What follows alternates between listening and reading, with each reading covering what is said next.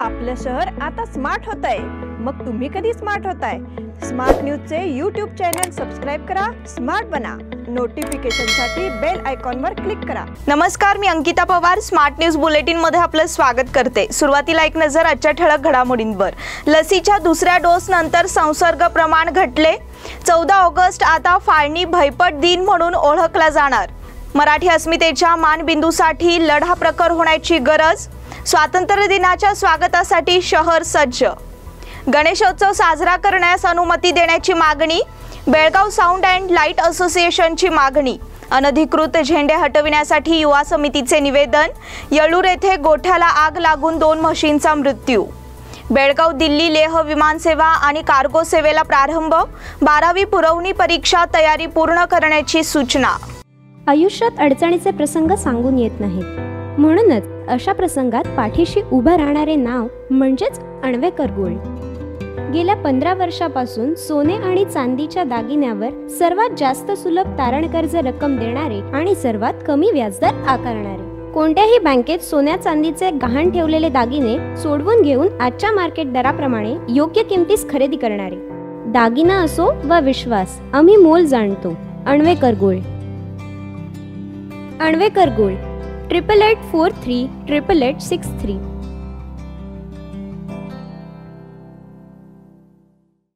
आता पाहूयात सविस्तर बातम्या।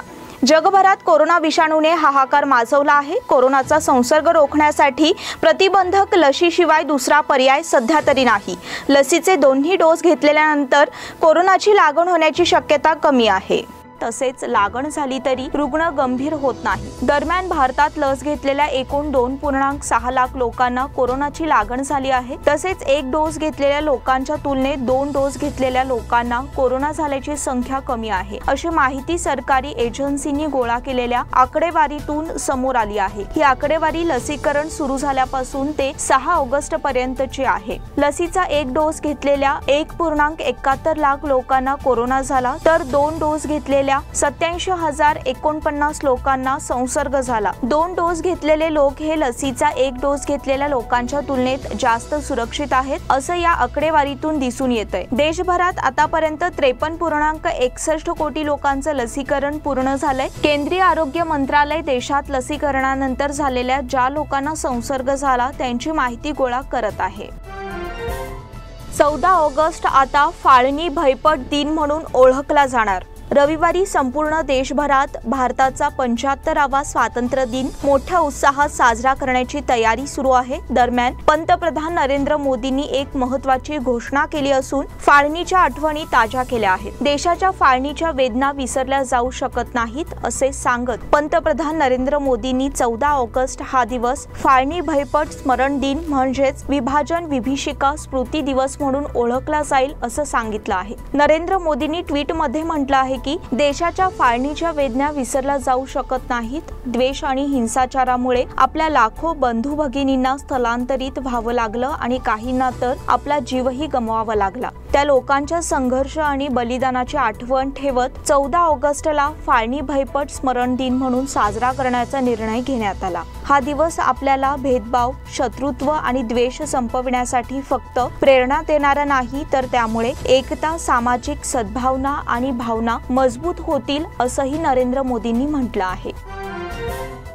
मराठी अस्मितेच्या मानबिंदूसाठी लढा प्रखर होण्याची गरज। बेळगाव महानगरपालिका ही मराठी अस्मितेचा मानबिंदू मानली जाते। मात्र आता महानगरपालिका निवडणूक जाहीर झाल्यामुळे राजकीय पक्षांनी दंड थोपटले आहेत। त्यामुळे मराठी अस्मितेला टिकविण्याचे आवाहन उभे ठाकले आहे। यासाठी समस्त मराठी भाषिकांनी एकत्र येण्याची गरज निर्माण झाली आहे। दुसरीकडे भारतीय जनता पक्ष आणि काँग्रेस या दोघांनीही मनपासाठी आपले उमेदवार उभे करण्यासाठी कंबर कसली आहे। महानगरपालिका निवडणुकांसाठी इच्छुकांकडून जोरदार तयारी सुरू आहे। यंदाची निवडणूक पक्षाच्या चिन्हावर होण्याची शक्यता आहे। उपलब्ध माहितीनुसार भाजपने ही निवडणूक चिन्हावर लढविण्याची तयारी सुरू केली आहे। मनपाच्या 58 प्रभागांसाठी बूथनिहाय समिती स्थापण्याच्या सूचना दिल्या आहेत। महापालिका निवडणुकीची घोषणा झाली आहे, त्यासाठी भाजपकडून जोरदार तयारी सुरू केली आहे। काँग्रेसनेही गती वाढविण्यास सुरुवात केली असून महापालिका निवडणूक पक्षाच्या झेंड्यावर लढविण्याचा निर्धार होणार आहे।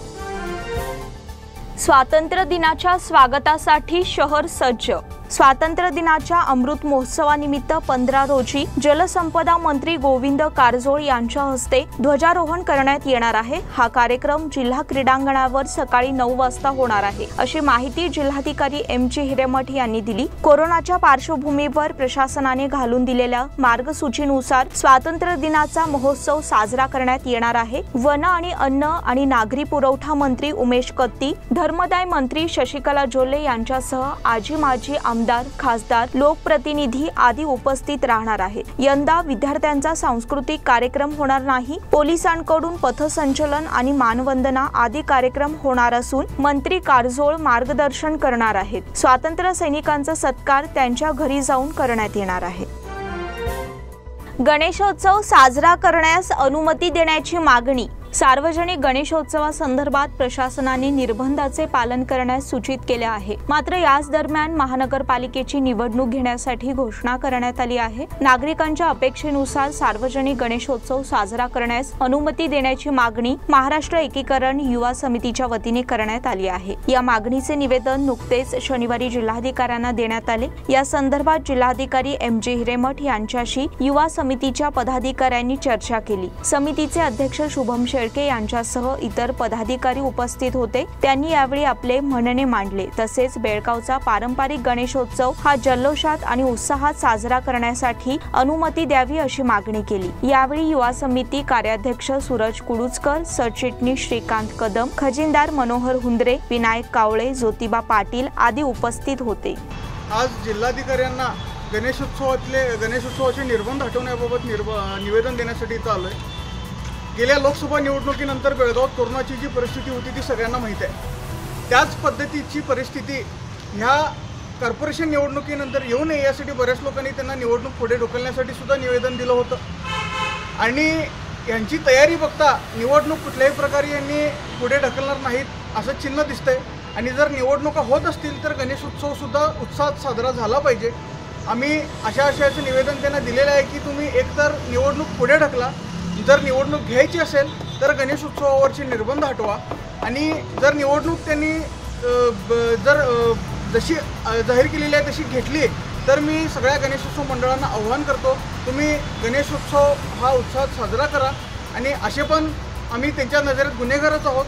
गणेशोत्सवातल्या पूर्ण मंडळांची जबाबदारी मी स्वीकारतोय। जर निवडणूक घ्यायची असेल तर त्यांनी निर्बंध हटवावेत, अन्यथा जे काही गुन्हे घालायचे ते माझ्यावर घालावेत। मी पूर्ण जबाबदारी स्वीकारतोय। धन्यवाद। जय Maharashtra. Belgaum sound and light असोसिएशनची मागणी। सलग 3 वर्षे साऊंड सिस्टीम व्यावसायिकांवर बेरोजगारीचे संकट कोसळले आहे। अनेक व्यवहार पूर्ववत सुरू असताना साऊंड सिस्टीम दुकानांना अजूनही कुलूपच आहे। गणेशोत्सव काळात नियमावलीत थोडी सवलत देऊन साऊंड सिस्टीमला परवानगी द्यावी असे प्रतिपादन अध्यक्ष श्याम गौंडवाडकर यांनी केले। Belgaum sound and light association तर्फे किर्लोस्कर रोड येथील सभागृहात आयोजित पत्रकार परिषदेत ते बोलत होते। या संदर्भात त्यांनी आपली व्यथा मांडली। उपाध्यक्ष साई कन्हेरी यांनी पोलिसांकडून साऊंड सिस्टीम व्यावसायिकांना नोटीस आले असून गणेश मंडळांना आरतीसाठी स्पीकर देऊ नका अशी सूचना केली आहे। याबाबत आमदार अभय पाटील आणि जिल्हाधिकाऱ्यांशी चर्चा झाल्याचे सांगितले। यावेळी उपाध्यक्ष सनी दरवंदर, सेक्रेटरी प्रवीण प्रभू, विशाल रतन, अभिजित पवार, अनुप चौगुले, गजानन होनगेकर, मयूर हलगेकर उपस्थित होते। नमस्कार। Belgaum sound and light association ಬೆಳಗಾವಿಯಿಂದ ನಾವು ನಿನ್ನೆ ಹೋಗಿ ಬೆಳಗಾವ್ ಸೌತ್ ಶಾಸಕರು ಅಭಯ್ ಪಾಟೀಲ್ ಸರ್ ಅವರಿಗೆ ಮತ್ತು ಡೆಪ್ಯೂಟಿ ಕಮಿಷನರ್ ಆದ ಹಿರೇಮಠ್ ಸರ್ ಅವರಿಗೆ ಒಂದು ನಿವೇದನ ಕೊಟ್ಟಿವಿ। ನಮ್ಮ ಇದ್ರಾಗ ಡಿಮಾಂಡ್ ಒಂದೇ ಇದೆ, 2019, 20 ಮತ್ತು 21 ಈ 3 ವರ್ಷದಲ್ಲಿ ನಮ್ದು ಏನೂ ಬಿಸ್ನೆಸ್ ಆಗಿಲ್ಲ। 2019ದಲ್ಲಿ ಏನು ಫ್ಲಡ್ ಬಂದಿತ್ತು ಅದರಿಂದಲೇ, ಆಮೇಲೆ 21 ಮತ್ತು 22 ಕೊರೋನಾ ನಡೀತಾ ಇದೆ। ಈ 3 ವರ್ಷದಲ್ಲಿ ನಮ್ದು ಏನೂ ಬಿಸ್ನೆಸ್ ಆಗೇ ಇಲ್ಲ। ಈ ಬಿಸ್ನೆಸ್ ಒಳಗೆ ನಾವು ಟೋಟಲಿ 350ರಿಂದ 400 ಮಂದಿ ಇದ್ದೇವೆ। 400 ಕಂಪ್ನೀಸ್ ಬಿಸ್ನೆಸ್ನಲ್ಲಿ ನಾವು ಇದ್ದೇವೆ।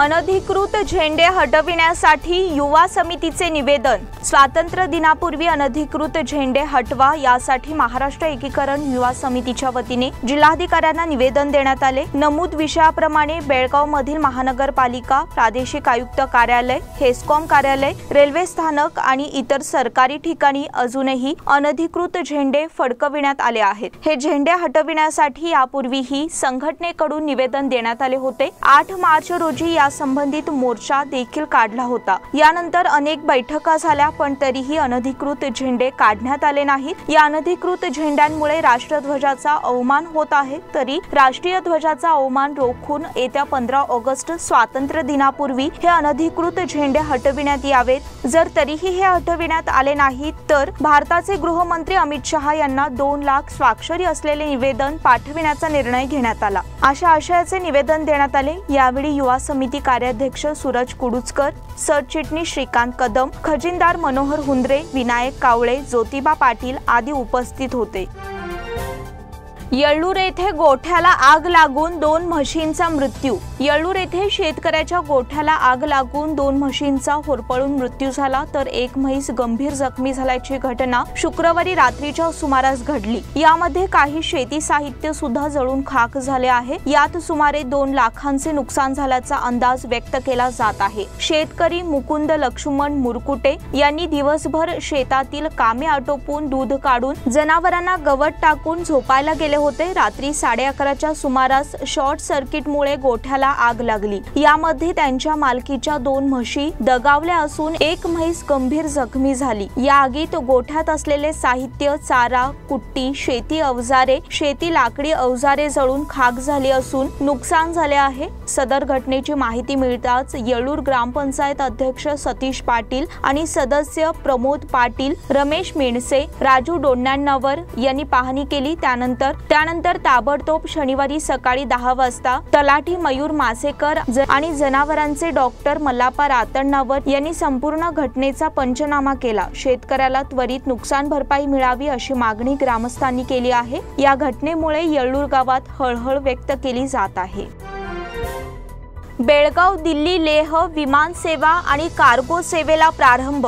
बेळगाव दिल्ली विमानसेवेला शुक्रवारी प्रारंभ झाला। दिल्लीला जाण्यासाठी 148 आसनी विमान पहिल्या दिवशी फुल झाले, तर येताना 135 प्रवासी आले। दिल्लीहून या विमानाने आलेल्या खासदार मंगल आंगडी यांच्या हस्ते या विमानसेवेचे उद्घाटन करण्यात आले। यावेळी कार्गो विमानसेवेचेही उद्घाटन करण्यात आले। स्पाइसजेट कंपनीकडून शुक्रवारपासून आठवड्यातून 2 दिवस बेळगाव दिल्ली लेह आणि परत अशी विमानसेवा सुरू करण्यात आली। खासदार इराणा कडाडी, आमदार अनिल बेनके, खासदार संजय पाटील, विमानतळचे संचालक राजेश कुमार मौर्य, केली विद्यापीठाचे कुलगुरू डॉक्टर विवेक सावजी, डी.वाय. पाटील, शिक्षण संस्थेचे कुलगुरू प्राध्यापक राकेश मुदगल आदी उपस्थित होते। दिल्लीहून बेळगावला 135 प्रवासी आणि 4 लहान मुले आली, तर बेळगावहून दिल्लीला 148 प्रवासी आणि 4 मुले रवाना झाले। यावेळी कार्गो विमान सेवेलाही प्रारंभ करण्यात आला। हे कार्गो आता मागणीच्या ठिकाणी पाठवण्यात येणार असल्याची माहिती राजेश कुमार मौर्य यांनी दिली। ही विमान सेवा सोमवारी आणि शुक्रवारी असणार आहे। लेहहून हे विमान सकाळी 11:30 वाजता निघणार असून दिल्लीला दुपारी 1 वाजता पोहोचणार आहे। दिल्लीहून दुपारी 2:30 वाजता निघून ते सायंकाळी 5:45 बेळगावला पोहोचणार आहे। त्यानंतर हे विमान सायंकाळी 5:05 निघणार असून ते सायंकाळी 7:25 दिल्लीला पोहोचणार आहे। 12वी पुरवणी परीक्षा तयारी पूर्ण करण्याची सूचना। 12वी पुरवणी परीक्षा 19 ऑगस्ट ते 3 सप्टेंबर पर्यंत घेण्यात येणार आहे। त्यासाठीची तयारी करण्याची सूचना प्राथमिक आणि माध्यमिक शिक्षण मंत्री बी.सी. नागेश यांनी अधिकाऱ्यांना दिली आहे। शुक्रवारी त्यांनी अधिकाऱ्यांची बैठक घेऊन परीक्षेची तयारी 17 ऑगस्ट पूर्वी पूर्ण करण्याची सूचना दिली। 18,414 परीक्षार्थी परीक्षा देणार आहेत। कोरोना संसर्गामुळे मार्च-एप्रिल मध्ये घेण्यात येणारी परीक्षा रद्द करण्यात आली होती। 10वी-11वीच्या निकाला आधारे सर्व विद्यार्थ्यांना उत्तीर्ण करण्याचा निर्णय राज्य सरकारने घेतला होता। त्यानुसार निकाल जाहीर करण्यात आला। आता 12वी पुरवणी परीक्षा घेण्यात येत आहे। त्यामुळे सर्व अधिकारी व्याख्यात्यांनी आवश्यक खबरदारी घेण्याचे आवाहन शिक्षण मंत्र्यांनी बैठकीत केले। या बुलेटिन मधील पुढील बातम्या छोट्याशा विश्रांतीनंतर।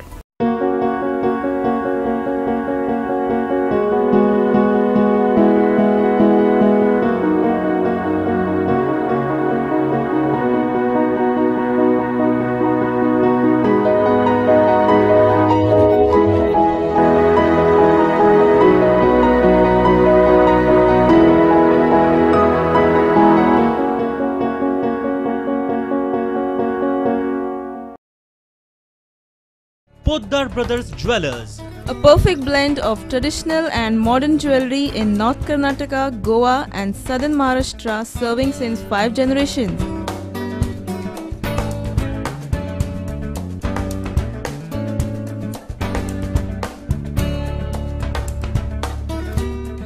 Exclusive gold, silver and platinum jewelry showroom.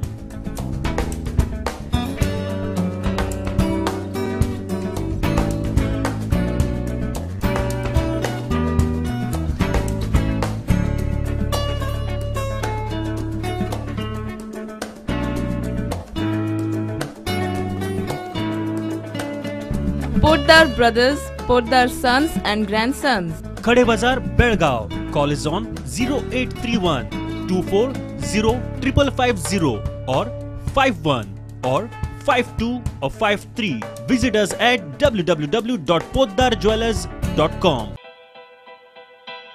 बेलगाम वासियों के पसंद में उतरा उड़ान बार एंड रेस्टोरेंट।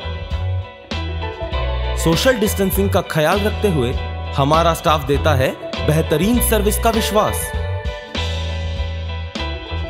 यहाँ है पार्टी और फंक्शन के लिए 3 आलीशान हॉल, कारपोरेट डिनर मीटिंग के लिए 3 अलग कक्ष, आईपीएल मैच देखने के लिए 3 बड़े स्क्रीन की विशेष सुविधा।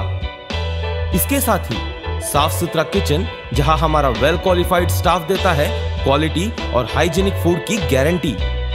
तो फिर खाने की हो बात तो आना परिवार के साथ। उड़ान बार एंड रेस्टोरेंट, लिंगराज कॉलेज के पास, बेलगावी। फोन 0831 243577. विश्रांतीनंतर पुन्हा एकदा आपलं स्वागत। कर्नाटक राष्ट्र समिती या पक्षाने सामान्य जनतेच्या हितासाठी भ्रष्टाचार मुक्तीचे जागृती अभियान सुरू केले आहे। यासाठी 3500 किलोमीटर अंतराची दुचाकी फेरी काढण्यात येत आहे। भ्रष्टाचार व्यक्तींनी राजकारणापासून दूर राहावे या संदेशासाठी ही मोहीम हाती घेण्यात आल्याची माहिती पक्षाचे उपाध्यक्ष लिंगेगौडा आणि राज्य खजिनदार के.बी. अरविंद यांनी स्मार्ट न्यूजशी बोलताना दिली। यावेळी ते म्हणाले की कर्नाटक राष्ट्र समिती ही संघटना सामान्य जनतेची संघटना आहे। या संघटनेने दिनांक 8 ऑगस्ट पासून जागृती अभियान सुरू केले आहे। राजकारण ही पवित्र गोष्ट आहे, त्यामुळे यापासून भ्रष्टाचारांनी दूर राहावे असे आवाहन पक्षातर्फे करण्यात येत आहे। तसेच निष्कलंक व्यक्तींनी राजकारणात यावे असा प्रयत्न होणार असल्याचे त्यांनी सांगितले। बात कर रहे हैं वैसे ही है, हम है तो लोगों को मैं और एक जैसे लिटमस टेस्ट, जैसे गांधी जी ने एक परखने के लिए एक सूत्र बताया था, हमारा एक सूत्र है। आप जो भी मांगते हो, जो भी कार्यक्रम मांगते हो, उसके साथ पारदर्शिता मांगिए, ट्रांसपेरेंसी पूछिएगा। कोई चीज किसी को दे रहा है तो उसका कितना बोझ एक्सचेकर पर पड़ा हुआ है, उसको कौन सप्लाई कर रहा है। यहाँ पे स्मार्ट सिटी का इतने सारे कॉन्ट्रैक्ट हुए हैं, पारदर्शिता बोले तो क्या है। मैं बेलगाम वाले को बोलना चाहता हूँ कि एक पलक लगना चाहिए कि किसको कॉन्ट्रैक्ट गया है, कितने पैसे पे गया है, किस दिन शुरू होना चाहिए, कितने दिन का मोहलत उनको दिया गया है, कितने दिन में उसको कंप्लीट करना चाहिए। वो पलक कहीं लगा हुआ है। आज बेलगाम के लोग सिर्फ अच्छे रोड या फिर कुछ चीजों को मांगने से के साथ साथ संपूर्ण माहिती पूछो, तभी आपको सत्य पता चलेगा। सिर्फ सत्य पता करने से ही और संपूर्ण सत्य पता करने से ही आपको परखने का पूरा अवसर मिलेगा। You should have a well-informed decision-making environment so that you understand everything very clearly. Then only you will come to know who is who. हम इतना ही पूछते हैं कि आप ट्रांसपेरेंसी हो, अकाउंटेबिलिटी हो, पीपल्स पार्टिसिपेशन हो। देखो मत, उसमें भागीदारी होनी चाहिए आपकी, तभी आपको पता चलेगा कि इसमें कितना दूध का दूध और कितना पानी का पानी होता है।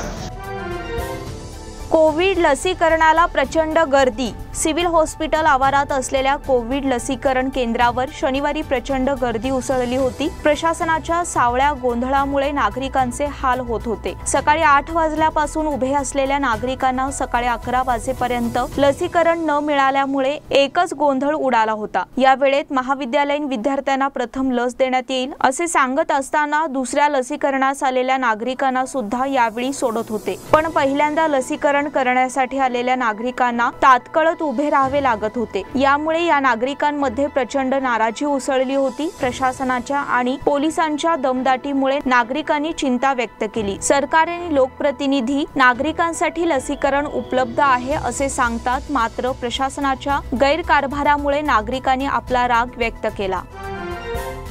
बेळगावात 6 तपासणी नाके स्थापन। महापालिका निवडणूक सुरळीत पार पाडण्यासाठी शहराच्या 6 प्रवेशद्वारांवर तपासणी नाके उभारण्याचा निर्णय पोलीस आणि महानगरपालिकेच्या अधिकाऱ्यांनी संयुक्त बैठकीत घेतला। यावेळी लोकांच्या मदतीसाठी हेल्पलाईनही जारी करण्याचे ठरले। महापालिका निवडणुकीबाबत शुक्रवार दिनांक 13 रोजी पोलीस उपायुक्त विक्रम आमटे यांनी महापालिका अधिकारी आणि पोलीस अधिकाऱ्यांची बैठक घेतली। या बैठकीत निवडणुकीच्या काळात कोठेही आचारसंहितेचा भंग होऊ नये यासाठी शहरातील संवेदनशील भागांची यादी तयार करून त्या ठिकाणी दोन्ही खात्याच्या अधिकाऱ्यांकडून नजर ठेवण्याचे ठरले। सोशल मीडियावर विशेष नजर ठेवण्यासाठी पथक नियुक्त करण्यात येणार आहे। एसीपी सदाशिव कट्टीमणी, ए चंद्राप्पा, गणपत गुडाजी यांच्यासह महापालिका प्रभारी आयुक्त लक्ष्मी निपाणीकर, आरोग्य अधिकारी डॉक्टर संजय डुमगोळ, शहर अभियंते अनंत पद्मनाभन, महसूल अधिकारी संतोष आणि शेट्टर आदी उपस्थित होते। समस्या मार्गी लावण्यासाठी आम आदमी पक्ष रिंगणात। आगामी मनपा निवडणुकीमध्ये पूर्ण ताकदीनिशी उतरून बेळगावच्या समस्या मार्गी लावू बेळगावकरांनी आम आदमी पक्षाला पाठबळ द्यावे असे आवाहन आम आदमी पक्षाचे बेळगावचे निरीक्षक लक्ष्मीकांत राव यांनी केले। कन्नड साहित्य भवन मध्ये आयोजित सभेमध्ये ते बोलत होते। व्यासपीठावर बेंगळूर शहराचे उपाध्यक्ष बीडी नागण्णा, राज्य कायदा सल्लागार निंजप्पा कालेगौडा, बेळगाव जिल्हा प्रसार माध्यम प्रमुख अनीस सौदागर यांची प्रमुख उपस्थिती होती। जिल्हा संघटक अब्दुल शेख यांचेही भाषण झाले। यावेळी कार्यकर्ते मोठ्या संख्येने उपस्थित होते। शिवसेना लढविणार महापालिका निवडणूक। महापालिका निवडणुकीत शिवसेनेने उडी घेतली असून सर्व जागा लढविणार असल्याचे बैठक घेऊन जाहीर करण्यात आले। वरिष्ठांच्या सूचनेनुसार शिवसेना पदाधिकाऱ्यांनी शुक्रवारी कोंडुस्कर भवन येथे बैठक घेतली। बैठकीत विविध विषयांसह प्रामुख्याने महापालिका निवडणुकी संदर्भात चर्चा झाली। तसेच सदर निवडणूक भगव्याच्या रक्षणासाठी सर्वांना एकत्रित घेऊन सर्व जागांवर लढविण्याचे ठरविण्यात आले। जिल्हा उपप्रमुख बंडू केरवाडकर यांनी विचार मांडले। शिवसेना वैद्यकीय कक्षाचे प्रमुख दत्ता जाधव यांनी निवडणुकी संदर्भात चर्चा केली। बैठकीत शिवसेना शहर प्रमुख दिलीप बैलूरकर, तालुका प्रमुख सचिन गोरले, चंद्रकांत कोंडुस्कर, उप तालुका प्रमुख पिराजी शिंदे, उप शहर प्रमुख राजू तुडेकर, प्रवीण तेजम, राजकुमार बोकडे, प्रकाश राऊत आदी उपस्थित होते। बुडा आयुक्तपदी पुन्हा प्रीतम नसलापुरे। केवळ 15 दिवसातच बुडा आयुक्तपदी प्रीतम नसलापुरे यांची पुन्हा नियुक्ती झाली आहे। शुक्रवारी त्यांनी पुन्हा पदभार स्वीकारला। दिनेश कुमार यांची बदली झाली असून ते कोठे कार्यरत होणार हे मात्र निश्चित नाही। 2.5 वर्षांपासून नसलापुरे बुडा आयुक्तपदी काम करत होते, पण 25 जुलै रोजी त्यांची काडा कार्यालयात उपप्रशासक म्हणून नियुक्ती करण्यात आली होती, तर त्यांच्या जागी GT दिनेश कुमार यांची नियुक्ती झाली होती। दिनेश कुमार यांनी 27 जुलै रोजी पदभार स्वीकारला, पण नसलापुरे यांनी काडा कार्यालयात पदभार स्वीकारला नव्हता। बदली रद्द करण्याचा प्रयत्न सुरू होता, त्यानंतर त्यांची बदली आता बुडा आयुक्तपदी झाली आहे। भाजप कमळ चिन्हावर मनपा निवडणूक लढवणार। महापालिकेची निवडणूक भाजप पक्ष चिन्हावर लढवणार असून भाजपचा महापालिकेवर झेंडा फडकविण्यासाठी कार्यकर्त्यांनी कामाला लागावे असे आवाहन भाजपचे प्रदेश सरचिटणीस महेश टेंगिनकाई यांनी केले। येथील एका हॉटेलमध्ये शुक्रवारी भाजप पदाधिकारी आणि कार्यकर्त्यांची पार्श्वभूमीवर बैठक घेण्यात आली। यावेळी ते बोलत होते। अध्यक्षस्थानी भाजप महानगरपालिका अध्यक्ष शशिकांत पाटील, आमदार अनिल बेनके, प्रदेश प्रवक्ते ॲडव्होकेट MB जिर्ली आदी उपस्थित होते। टेंगिनकाई म्हणाले, भाजपने गत लोकसभा पोटनिवडणुकीत मोठे यश मिळविले आहे। प्रदेशाध्यक्ष नलिन कुमार कटील यांनी ही निवडणूक भाजप पक्ष चिन्हावर लढविण्याचे आदेश दिले असून ही निवडणूक आम्ही स्वबळावर आणि पक्ष चिन्हावर लढवणार आहे असे त्यांनी सांगितले। यावेळी आमदार अनिल बेनके, शशिकांत पाटील, ॲडव्होकेट MB जिर्ली, उज्ज्वला बडवांनाचे आदींनी मनोगत व्यक्त केले। मुरगेंद्र गौडा पाटील यांनी स्वागत केले। गीतीश घोंगडे यांनी आभार मानले। बेळगुंदी ग्रामस्थ कमिटीच्या नूतन पदाधिकाऱ्यांची बैठक।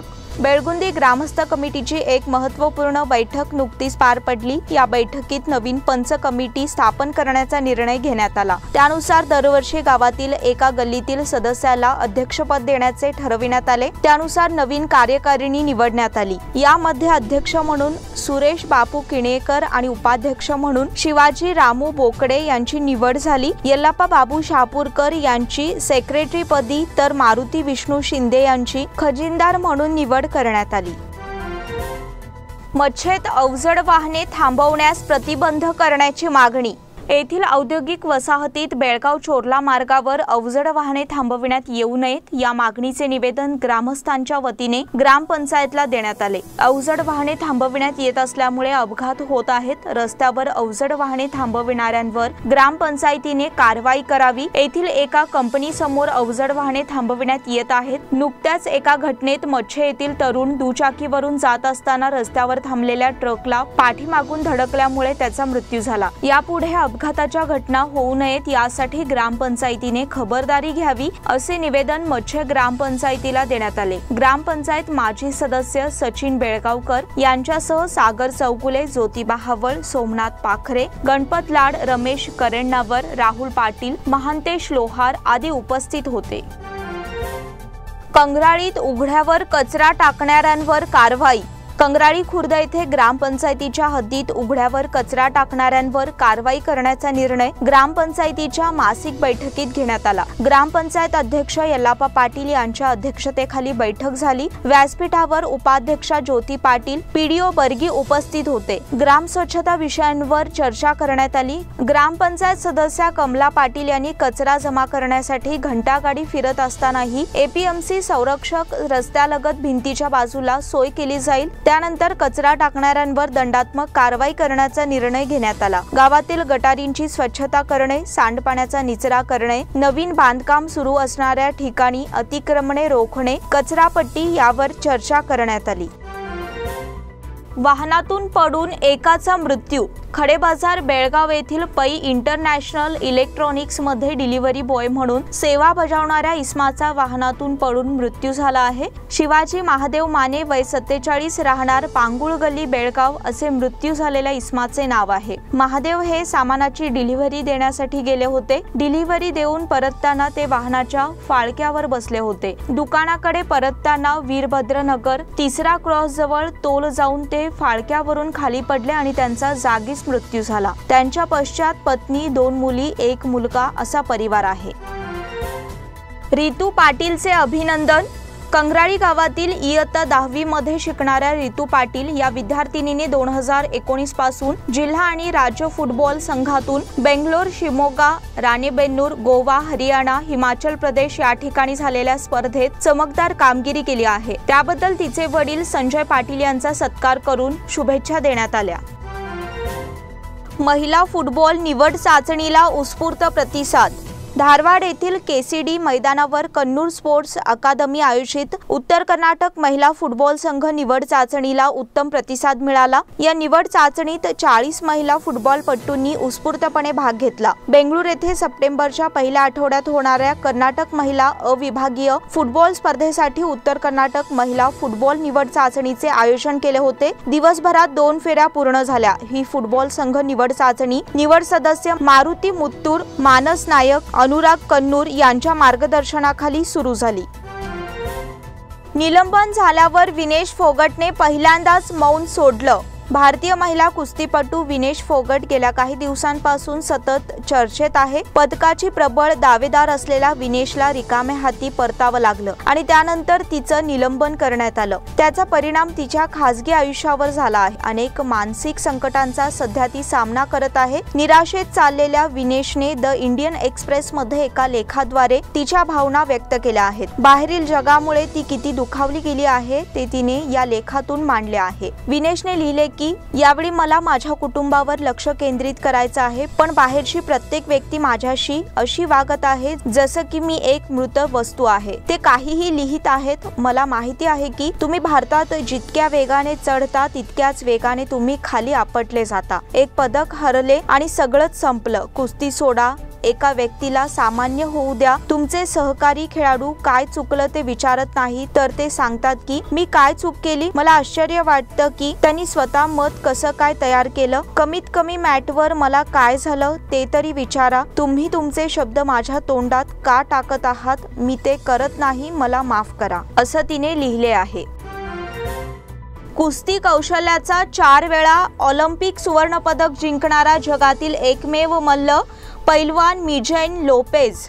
6 फूट 6 इंच महाकाय उंची आणि 132 किलो वजन असणारा पैलवान मिजेन लोपेज हा क्युबा देशातील पिनार देल लिओ शहराचा 38 वर्षीय मल्ल.